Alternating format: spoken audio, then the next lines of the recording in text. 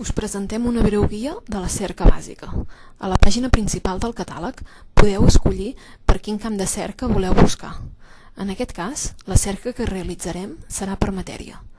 També teniu la possibilitat de limitar la cerca per centre. Escriviu el terme de cerca i cliqueu Enviar.